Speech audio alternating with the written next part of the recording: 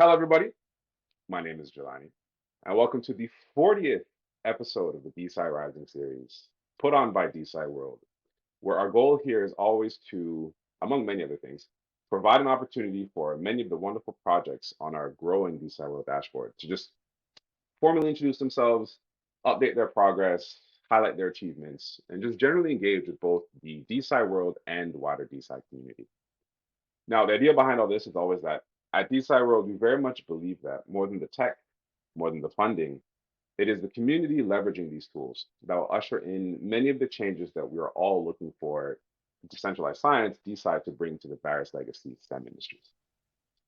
Now, in today's episode, I have the pleasure of speaking with Kabir Vietas, as well as Abhimanyu Badiopatiye, who are the respective CEO and system scientist at NuNet. And you might notice this, but Abhi is actually a participant in a few other projects. I see DeSci India was here for a few seconds. And he's also the lead at Gizmo Quest, who we will also have up for their own episode eventually. And so what NuNet is a computing framework that provides globally distributed and optimized computing power and storage for decentralized networks. And do this by connecting owners of the data and the computing resources with computing processes that are in demand of these resources. And so with all that being said, welcome Kabir, welcome Avi, and thank you very much for taking the time to help us learn about yourselves, as well as some of the amazing work being done at NuNet. So thanks for inviting us. This is great. So I guess maybe Avi can't, Avi, I'm going to invite you back up. Maybe you can't come, but Kabir, if you want to start, I mean, I think the best way to do this is to kind of have an introduction. So I'd love to learn what trajectory, I guess, from a career and life perspective brought you from where you used to be to, this decentralized space, Web3, if it's not just Web3, but just this concept of decentralization in science. Yes, so let me think a moment. I think basically I came to this place through artificial intelligence, let's say this way. So basically I did my doctoral research with Dr. Ben Goertzel. Well, he was one of my jury members in Brussels. And basically, I did part of that within Singularity and Active Ecosystem, doing computational / AI / conceptual experiments with decentralized, or what was called then distributed intelligence. So probably the best way from the scientific point to say my interests. Well, I mean, what kind of interest brought me to NuNet is how can we build basically intelligent system. So from distributed intelligence, decentralized intelligence, and now we can probably see that this network. I mean, let's say this way, all intelligence is decentralized, including our brains, bunch of neurons connected into the network. So basically the intelligence is not that neurons or single entities, but the way they are connected. We can kind of take this image and bring it to the computer networks. And this is what we are, to some extent, building, to make a network of, let's say, community resources intelligent in itself. So that would be kind of what brought me kind of from responding to your question. Yeah, no, for sure. And I guess I think maybe one question, one kind of follow-up question that I have for that is how does the concept of decentralized intelligent framework differ from some of the more prevalent forms of AI technology that currently exists, like OpenAI, and what's kind of the nuanced differences between what is being built at SingularityNet and what everybody is kind of seeing come online currently with the current infrastructure of AI? Well, I guess this, when we started to talk, basically Ben Goertzel, the CEO of SingularityNet, started to talk about AGI, which is artificial general intelligence. He was pretty much alone talking about that.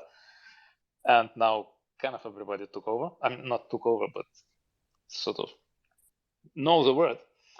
And the difference is, well, again, there are many similarities, there are many differences, but let's say conceptual one is was this AI or AGI that is being constructed or built or engineered.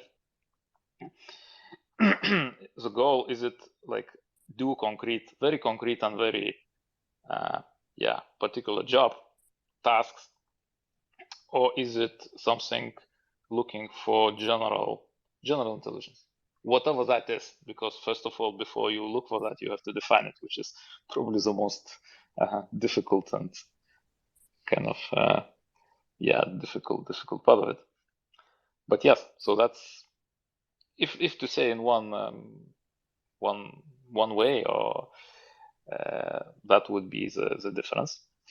Now, however, there are many similarities also, because I think what we saw with the rise of LLMs and these huge models, that they exhibit certain behaviors and certain, let's call them behaviors, linguistic behaviors, which look pretty intelligent.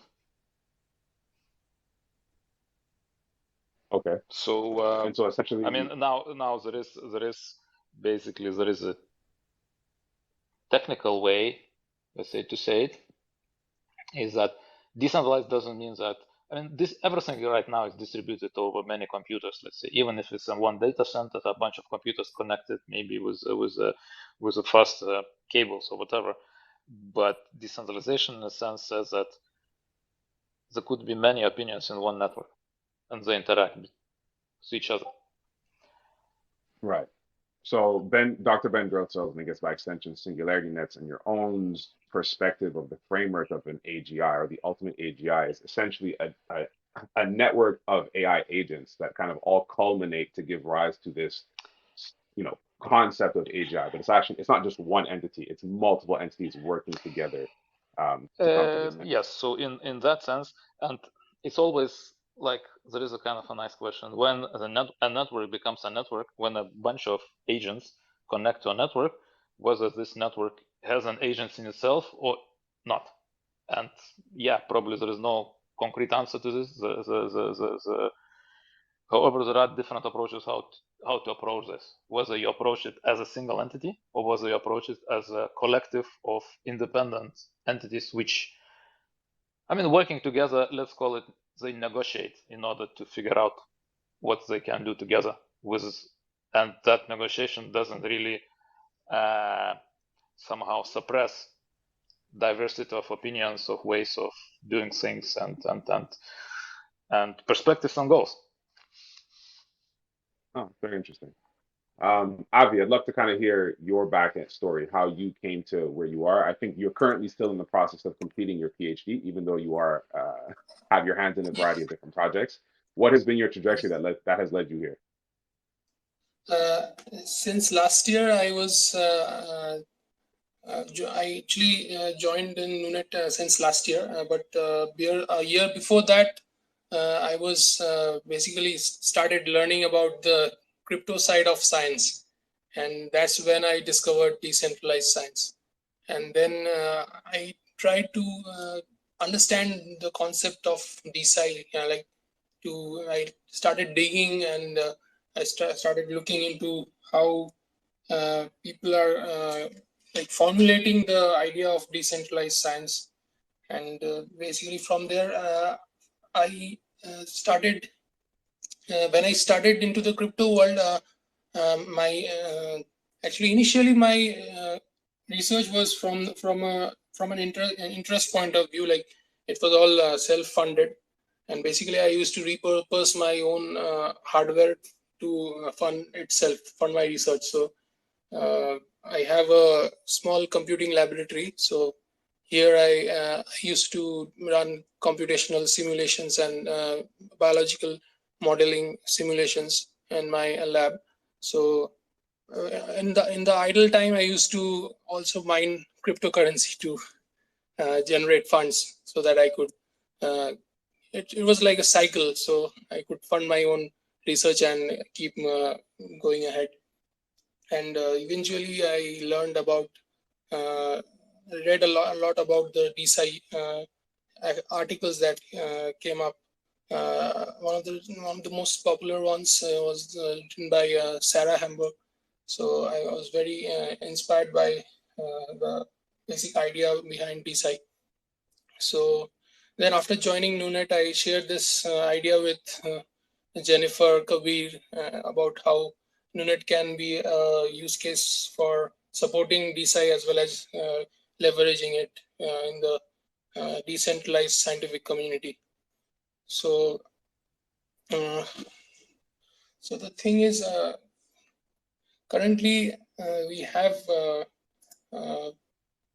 I've been working with different like building a decentralized network where we can run specific jobs. Like currently, our use case is only on machine learning, but we are extending that functionality to scientific use cases.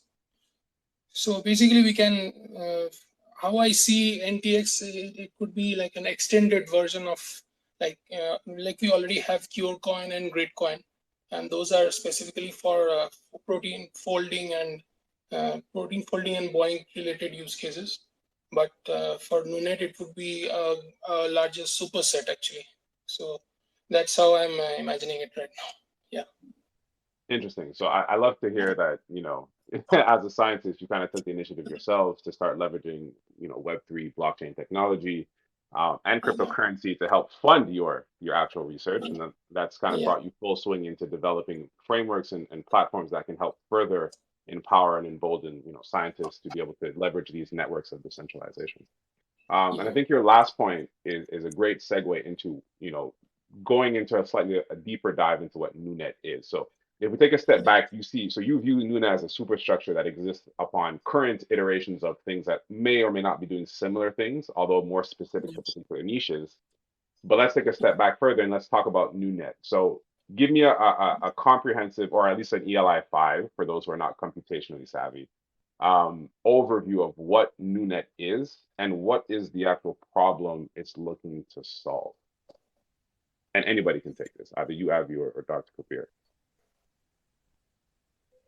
Okay, so maybe I can I can take it from more, let's say, higher birth perspective, and Avi maybe you could take a little bit more specific things.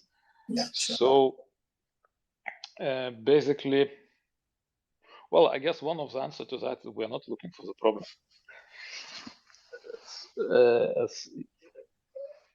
But well, that was a kind of a little joke. But so in a very conceptual way, if I could kind of say it in one sentence, it's like a platform to solve the problem. Providing the platform itself to solve the problem. Right. So basically, I mean, if I can try to pinpoint what is the problem, is lack of sharing of resources in the world. There are a bunch of resources, and those resources are not computational resources. We are kind of, from the technical perspective, we sort of took this angle to share computational resources. But there are also resources in terms of intelligence, in terms of human initiative, in terms of algorithms that are written somewhere and they are not used. They are hanging somewhere in GitHub, GitLab, whatever, or at home, and they're not. If they could be executed, that would bring, I mean, so basically sharing. So what the problem that we're solving is sharing resources between communities, between individual people, between businesses.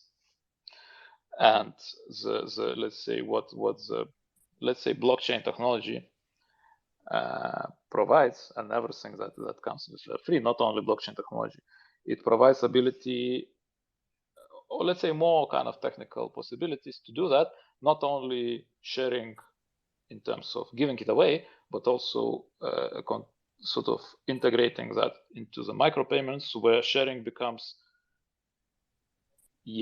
not only gift type sharing, but also it has certain economic let's say, logic behind it. So in one sentence, this is a problem that we are solving. And this problem, let's say, if we call it a problem, but I would like to see it as an opportunity rather than a problem. This is opportunity that we can, harness and to make, make the world a better place. That's great. Avi, do you want to go into a slightly deeper version of that, or because I have a follow-up question otherwise?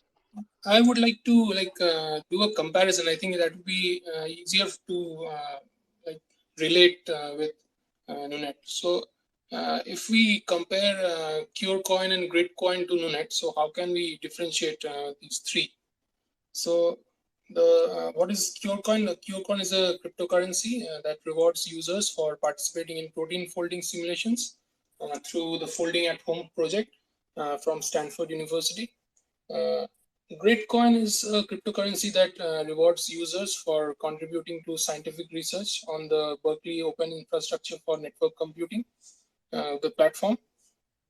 And comparatively, we can say that NuNet is a platform that rewards users with its NuNet utility token, which is NTX, for contributing their computing power to a decentralized marketplace of compute resources. So the purpose of CureCoin is to better understand protein folding and misfolding and contribute to the development of therapeutics for a variety of diseases. And GridCoin is to contribute to a variety of scientific research projects that expands, that goes beyond folding, the protein folding, and it goes to astronomy, mathematics, climate science, and much more. And NuNet is actually, it can go beyond that. So it would be, so basically we could use the phrase interdisciplinary computing. So potentially we are including, it's not just limited to scientific research, but it could be both STEM and non-STEM. Oh, that's very interesting. Yeah, so it will be data analysis, machine learning, running decentralized applications. And the scope is actually much broader than the other two. Yeah, so that's. Thank you. That's actually a very nice way to kind of stratify the different projects that are doing similar kind of things, or at least have a base similarity in their frameworks. And so with regards to that, so I know, the concept of applying economic principles to this process can sometimes be tricky. I think tokenomics as a standalone is a complicated industry, or at least concept, especially when you apply it to scientific data and scientific publishing or scientific endeavors. And so with regards to the NTX token and its utility within the NuNet framework, how does that work? What is its utilities, and how can participants either leverage it or acquire it within their as interfacing in the process? Okay, so basically in our current use case, what we are doing is we have three main components. Like the main component is the device management service of NuNet.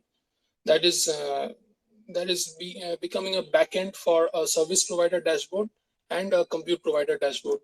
So the service provider dashboard is a front end for all researchers.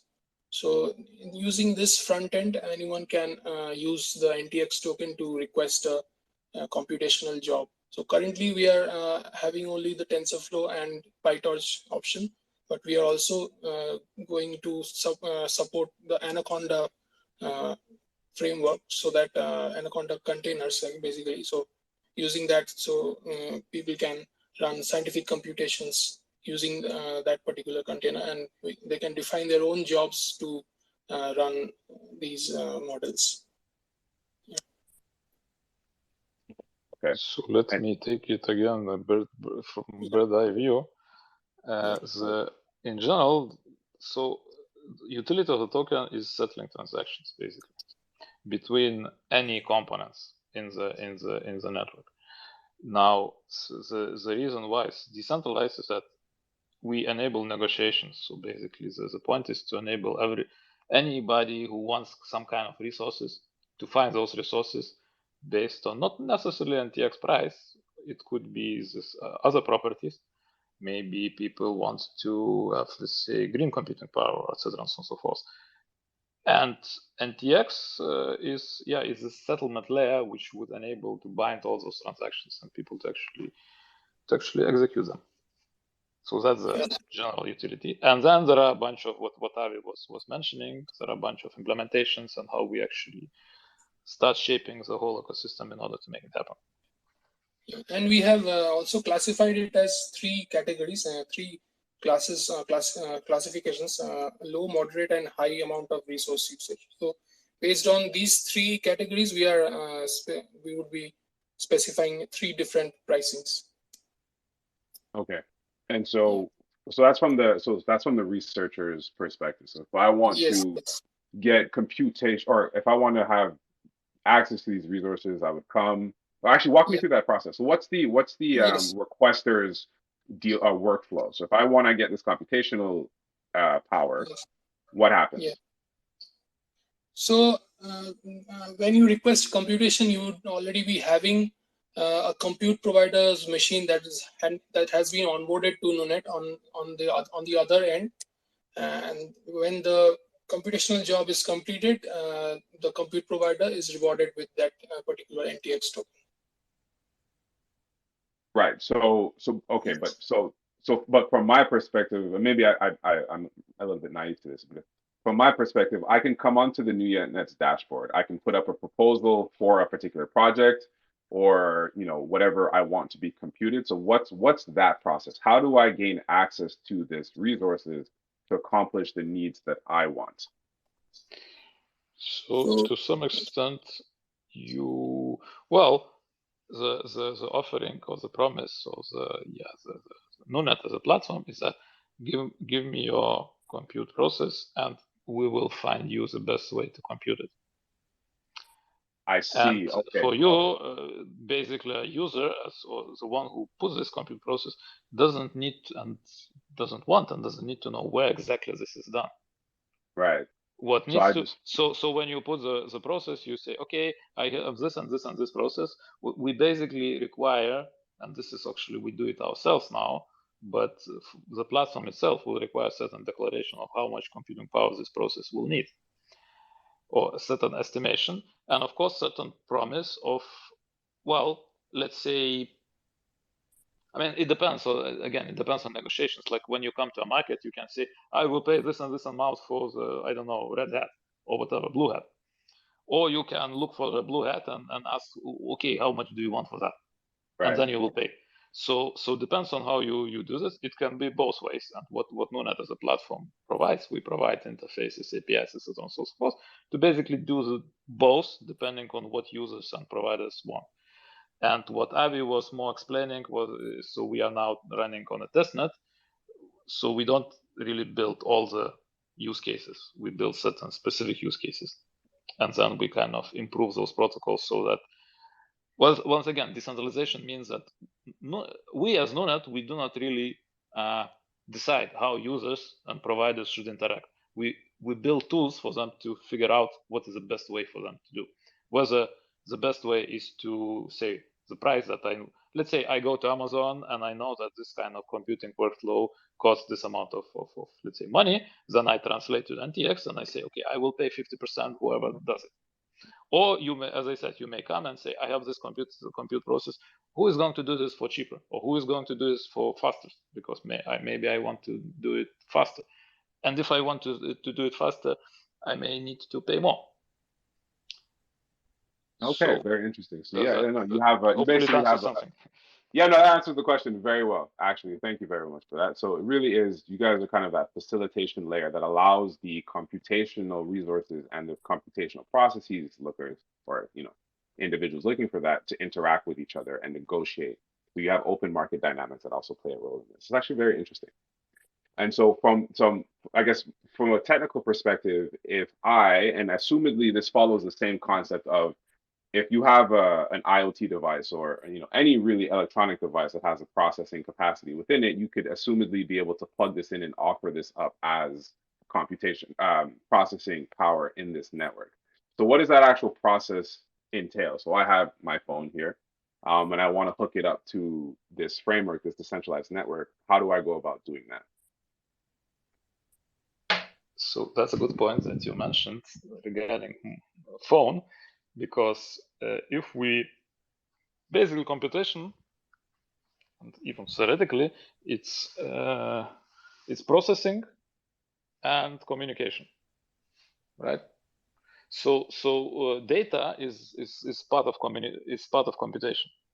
We kind of sometimes forget it, and we think that okay, we pull data and we put in some kind of computing machine, and then we take data out. However, there is a bunch of data going back and forth in that machine, like between processes or whatever transistors. And when we think of decentralized, let's say, network of computers as one big computer, we have to consider that there is a bunch of data changing places between those computers. And all this, I wanted to say was all this, that basically data, devices which provide only data are also part of this network. Interesting. So then how do I, so I mean, that's a Eventually, good which point. means we are also trading data, Right. not only compute. Yeah, So no, basically, that's a really good point. Okay, go ahead, Avi.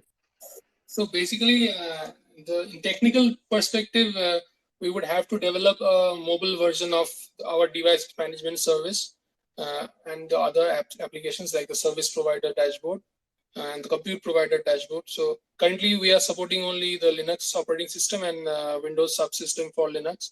But when we develop a mobile version of it, the functionality would be the same. Okay, so you would install a client or some, you know, portal interface that would then hook up your device, whatever it may be, to this. Basically, we can all devices would be nodes. Perfect. Okay. Yeah. And then again, go ahead. Yeah. Okay. Sorry. So again, sort of maybe a little bit more in general.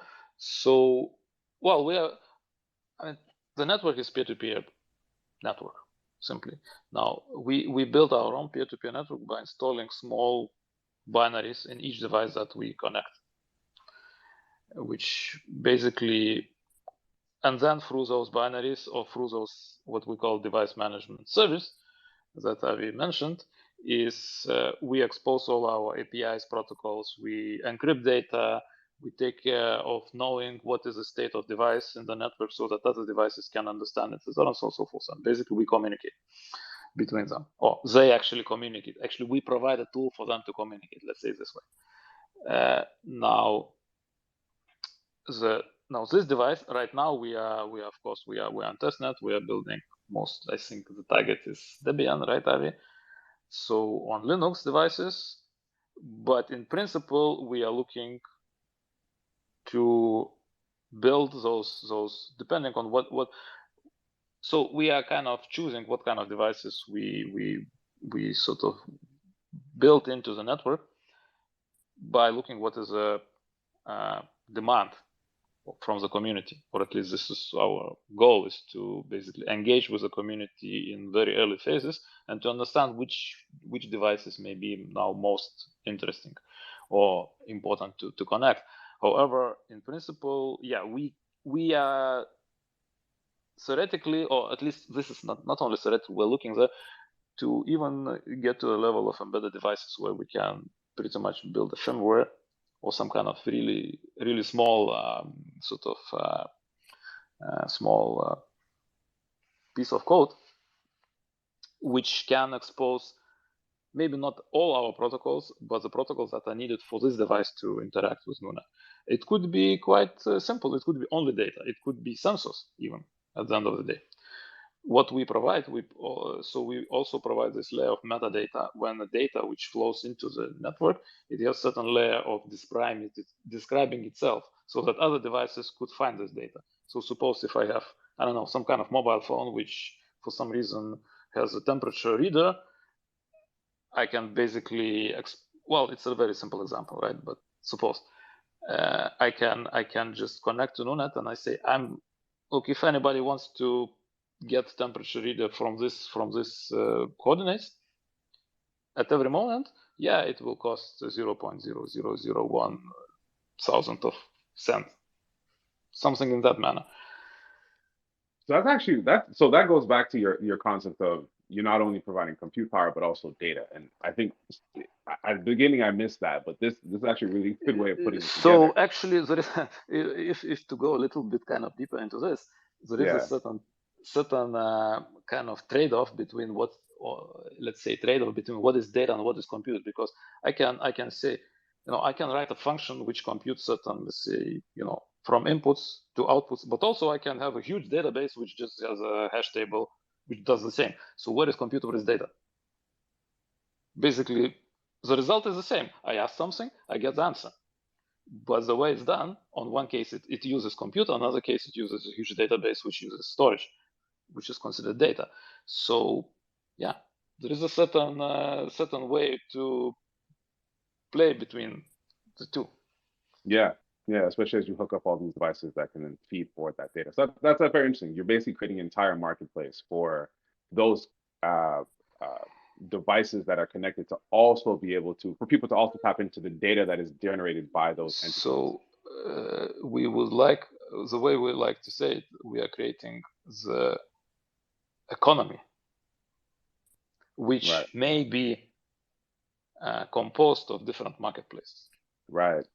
Very interesting. And we provide the ability to build those marketplaces for others. Well, so that's actually a really good point to segue then into to also kind of pull together your concept of allowing the community to input and determine what are, in this case, in the case that you exampled, devices should be connected to, or I guess maybe frameworks, but also in terms of shaping, assumedly, where the project or what are some of the other arms and tentacles of it or initiatives that NuNet is going to go into. And so I know you guys are active on Project Catalyst.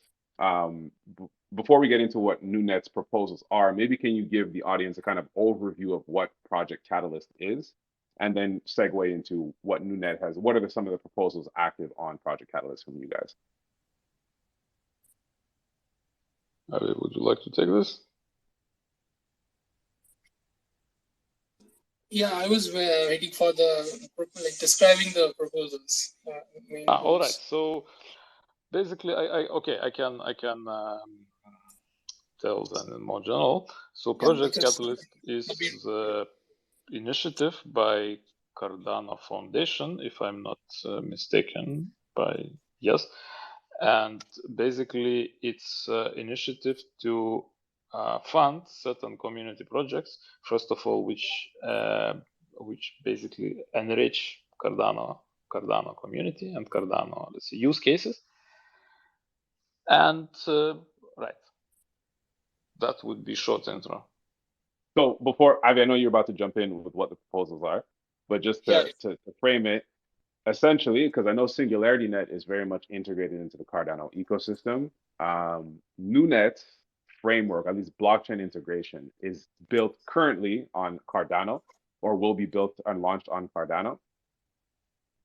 Yes. So in print, as from the architectural perspective, or as an architectural design perspective, we are blockchain agnostic.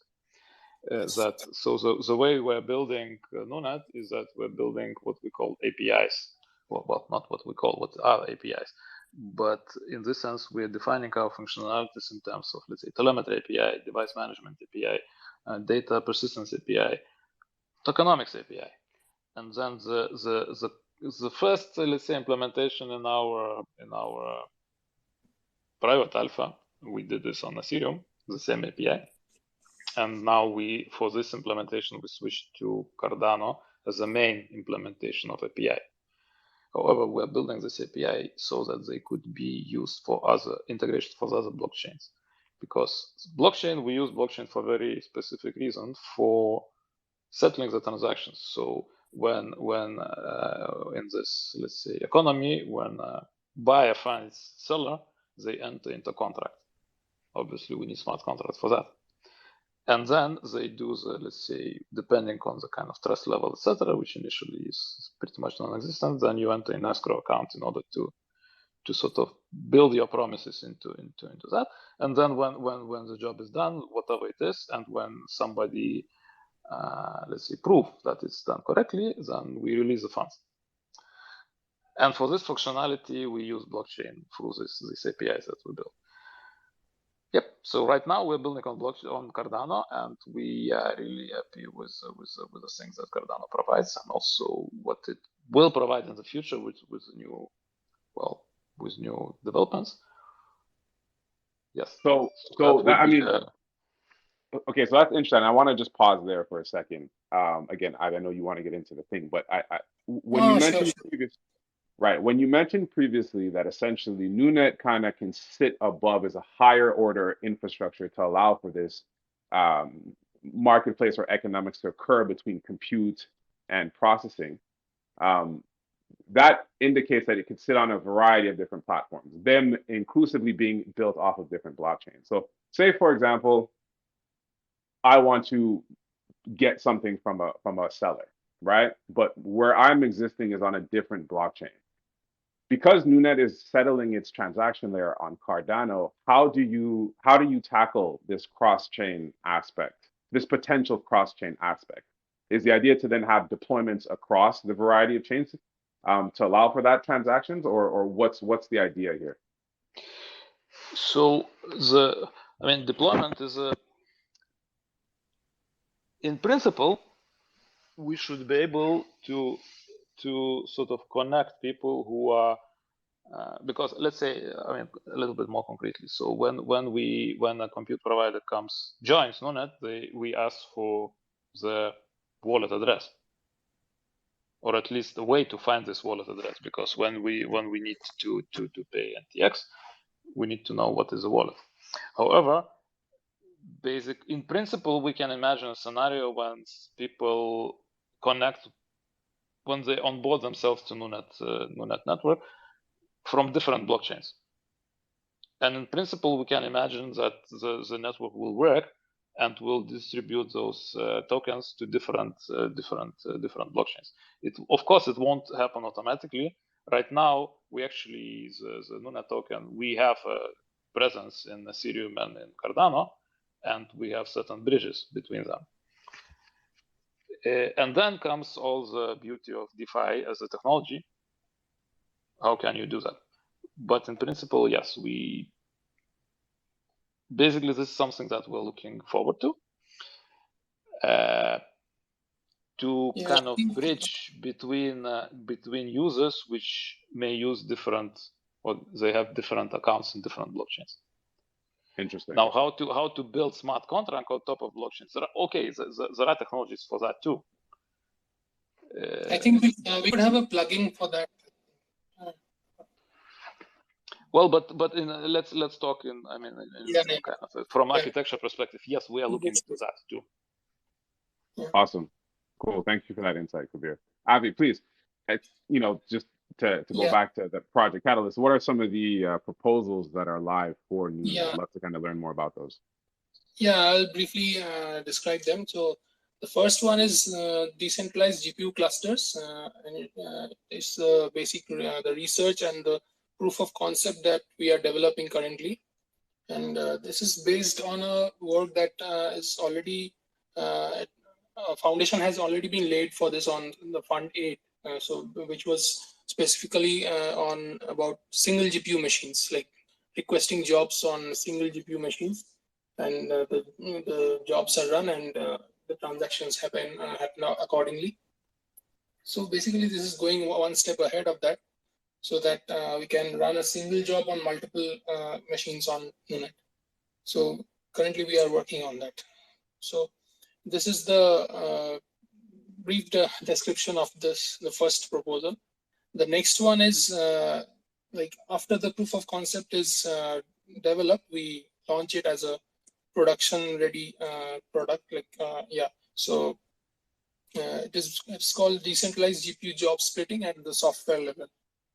And the third one is the most related to DeSci, which is bioinformatics simulations with decentralized computing. Yeah, and the last one, the fourth one, is running open source alternatives to ChatGPT on a decentralized network. Yeah, so this is the brief description of these four. Well, actually, we have more than that. Then we have we are building a project with the partners to enable running Elasticsearch clusters NuNet on decentralized hardware. And more broader, so that project is basically Elasticsearch cluster, where you can run Elasticsearch nodes on decentralized, let's say, on the computers in the network, on compute providers. However, there is a more kind of broader, not broader, but deeper goal of that is to enable data to be hosted on NuNet, and for those sorts of algorithms or agents running on NuNet, computational agents, to access this data within the network by using, let's say, mainstream database technologies. So that's another project, and yet another is basically it's kind of also a little bit platform feature. It's building a layer that will enable every component to identify itself via DIDs, decentralized identifiers, and enable the KYC layer so that if a use case within NuNet will require KYC, which is in real world is often required, it can be provided without, let's say, with a third-party provider, without keeping any data in the network itself. So and this will be 6 proposals, right? Yeah, the 4 proposals that I mentioned are actually using the same backend actually. So that's why I was mentioning these 4. Yes, awesome. The first 4 that Avi mentioned are more, let's say, probably more directly related to DeSci and basically this processing and machine learning, and so on and so forth. And simulators. So for me, and people's opinions will differ, but I would argue that, especially the last one, the last component that you mentioned with regards to the KYC and the DIDs, the DeSci is so broad that it actually is a culmination and amalgamation of very different points, right? One of which being that validation layer that has to exist or it doesn't have to, but ideally would exist to allow for more resolution of what may or may not be ethical frameworks being pushed forward. And I definitely want to get into that. And so, part of the contention that we sometimes get when we talk about quote unquote decentralized or distributed science that exists in the larger, in the broader scope, is that allows or facilitates or gives an open avenue for participants to do less than ethical science. And so if NuNet is going to be one of those kind of settling layers to help facilitate people gaining access to resources in a distributed fashion, what kind of implementations are you guys putting in to kind of help hedge against malicious actors that want to leverage these resources for bad for malicious reasons? I'm assuming that last proposal is one of those reasons, or it's one of those stopgaps or one of those implementations. Are there any other? So again, well, it's at least from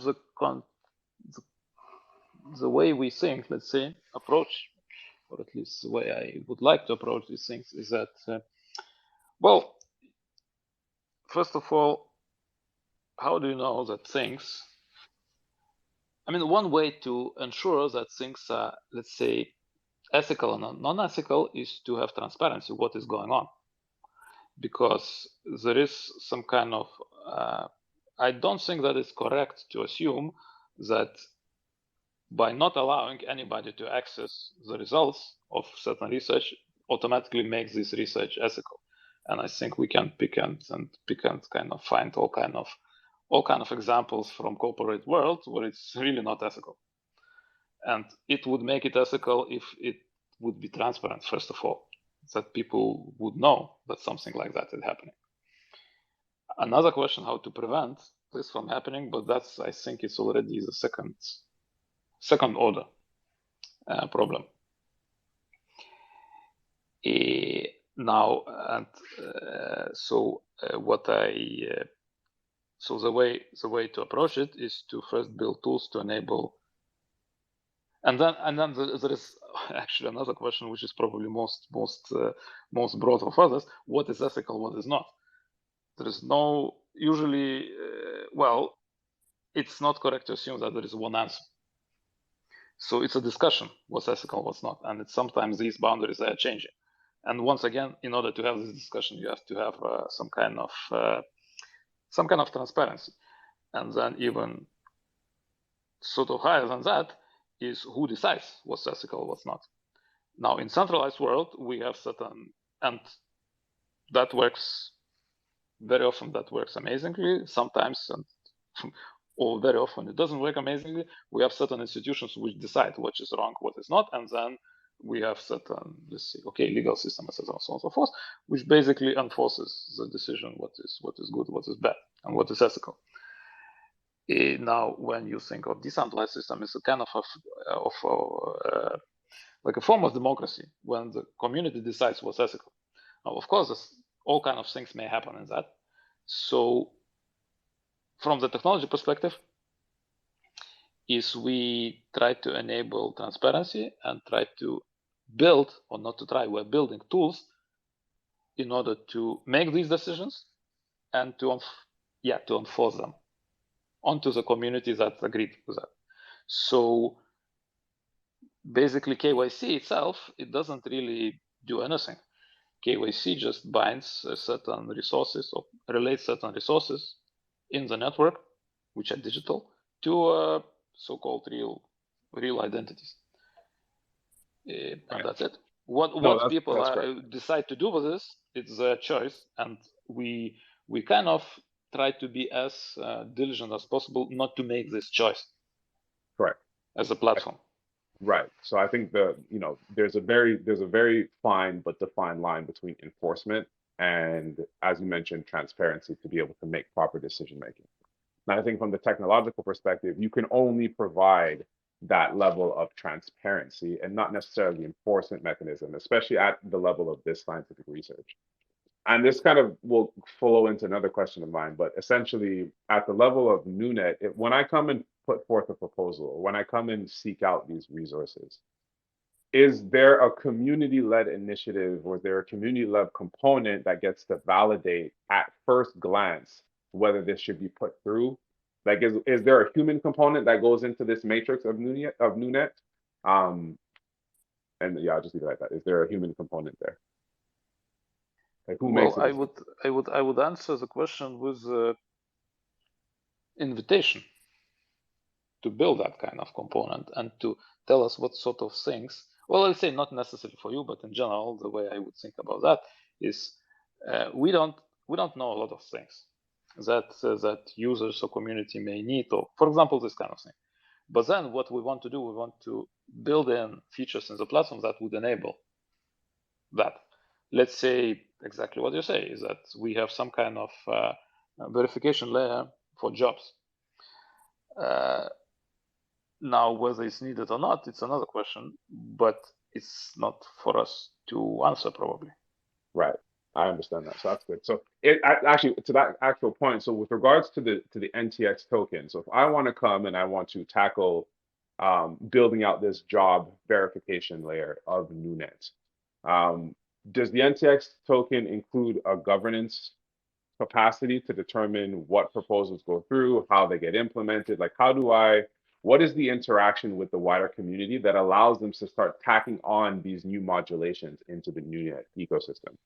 So right now, the answer is no, we don't have governance layer.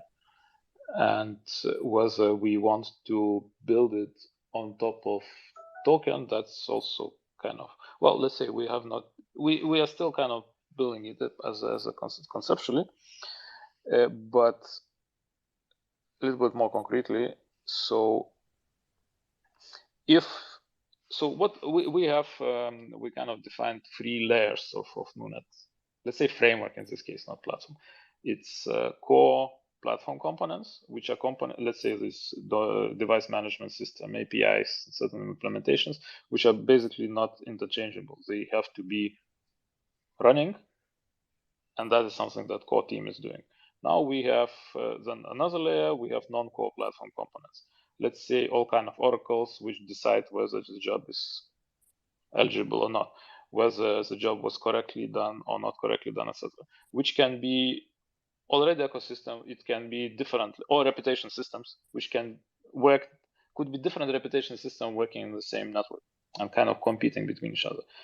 And for the core components, we're building them ourselves and the core team. Now for the non-core components, right now we are building it ourselves because we want to build a platform, but we are allowing in the future for community members to build the components and to basically invent them. And those components will be also monetized the way the compute workflows are monetized on NuNet. So basically, if you build something that is useful for the community, and usefulness can let's say be expressed in NTX tokens, the component itself will get monetized for the author, let's say, which may not perfect. be NuNet itself. And this way, we are kind of trying to build this ecosystem which will be alive itself. Yeah, Like so you almost have like the network. right. So you have like a that's maybe not the right word, but you have plugin widget application frameworks or marketplaces or stores that people can also subscribe to or leverage Exactly. in terms of Reputation the system could process. be. And what we are Right. doing, we are building protocols and these APIs, which we're exposing, these open APIs, which can be used to build those things. So Awesome. another, let's say, thing that probably we sometimes do not say, we're also building developer tools for people to be able to build those things, test those things, and deploy them on NuNet. And yeah, see how they work. That's great. That's fantastic. I love to see that because it's always great to have community inputs. And so as we kind of approach the top of the hour, we have about 8 minutes left. Anybody in the audience that has questions or commentary, please feel free to put up a request and I'll bring you up to ask those. Kind of the last formal question for myself and feeding off of or jumping off of your last point is how, in your opinions, how can the wider community, both decentralized and with regards to this space, but also potentially outward, how can they contribute and help grow NuNet? So if somebody comes and says, I want to contribute, well, where would you direct them? So I think I will ask Jennifer to take this. Sure, of course. So we have a platform on Discord which we use for like community testers and community developers. So that would be the first protocol, and then the second would be on our GitLab. So we're completely open source, which is great. So everyone can kind of see where we are with the project, and we always welcome kind of community contributions to NuNet's code base. And finally, with the Project Catalyst proposals as well, there is the option to provide feedback and commentary on the Project Catalyst portal. So, it gives the community a chance as well to have their input and say on those proposals as well, which I have linked in the comments. And I can link our Discord and our GitLab in the comments here as well, so everyone can go check them out. Yes, please, everybody do go check them out. I know that Web3 and in particular DeSci is rife with developers that are itching to kind of get their hands in and help build out infrastructure. So clearly NuNet is one of those such platforms and ecosystems that you can help contribute to. So do follow Jennifer's links. You can learn more about NuNet on the DeSci World dashboard, but go into the comments, follow their links. I put up a few of their Project Catalyst proposals in the Jumbotron here at the top of the spaces. So you can check them out. And so maybe as some kind of parting remarks, I'll let you guys kind of close out the spaces with any final call to actions, commentaries, statements you want to make to the wider population. Well, I guess I can just follow what Jennifer said, and again invite everybody. Well, everybody interested. So our goal is, as an open source project, also to be built by community, at least partially. And we're building this infrastructure in order to allow people who would like to build features themselves to contribute, whether it is core components or whether it's, let's say, non-core components or use cases. Because I didn't mention, by the way, the third layer, which are use cases where people can build the actual, let's say, what is kind of called probably in the Web3 world dApps, but let's say applications running on top of NuNet, which would, let's say, serve certain purposes of certain users or whatever, sub-communities. And we do not pretend that we can cover that as NuNet. We want to provide services to make that happen. And we can do this only if we have interest and input from those community members which want to build something. Yeah, so I could just invite and encourage everybody to look at that and to let us know. I want to re-intone that. So DeSci as a whole, but especially NuNet here in this case, provides you a playing ground to build stuff for yourself, right? So by the scientists, for the scientists. Please take advantage of these opportunities. I think these are groundbreaking platforms, all in their own respective rights, and it's really going to change the landscape of how science is done. Avi, if there are any closing remarks you want to make, please feel free to do so. I'd just like to say I'm really grateful to. This is my first Twitter space, so I'm really grateful to participate here. Thanks a lot. Oh, Avi, we're going to have you back up for Gizmo Quest in particular and DeSci India, which I found very interesting. So we're going to have you up for these two individual aspects because those are great. But yes, thank you for coming up, and I'm glad that I hopefully you've enjoyed your first Twitter Spaces. Jennifer, I know you haven't spoken a lot, but if there are any last minute things or any closing remarks you want to make, please feel free to do so. Yeah, sure. Just to kind of go back on what Kabir said is, we're really big on community, and we want to bring in as much people, as much expertise and backgrounds as possible to help us build this. I would just welcome anyone to get involved in any way possible. If it's on Discord, if it's on Twitter or anything like that, we're really open to our community and want to build and strengthen our community as well. And just to say thank you as well for having us on the space. DeSci has been an area that NuNet has been more and more kind of aligning ourselves with, which is pretty cool. And it's great. Your dashboard that you have up is really good to have a look at the other projects in the space as well, and how we can work together to create a better world, hopefully. Oh, that is exactly it. That's exactly what we're here. Thank you for those very kind words. It very much speaks to our mission statement. So with that, everybody, I'd like to thank you all for attending. Again, NuNet is a fantastic project. Please, and you can see that it's run by, or it's headed by a fantastic team of individuals that align with a lot of the ethos that is shared within DeSci.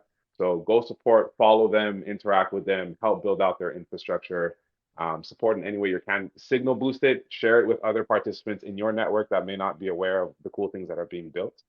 And with that being said, we're going to close out this episode of DeSci Rising. Thank you for attending. This is going to be recorded and put up on YouTube, Spotify, and others. So please feel free to share those. And we will see you next week for another episode of DeSci Rising, episode 41. So everybody have a fantastic weekend, and we'll see you then, guys. Bye. Take it easy, everybody. Bye. Thank you. Thank you. Thank you. Bye.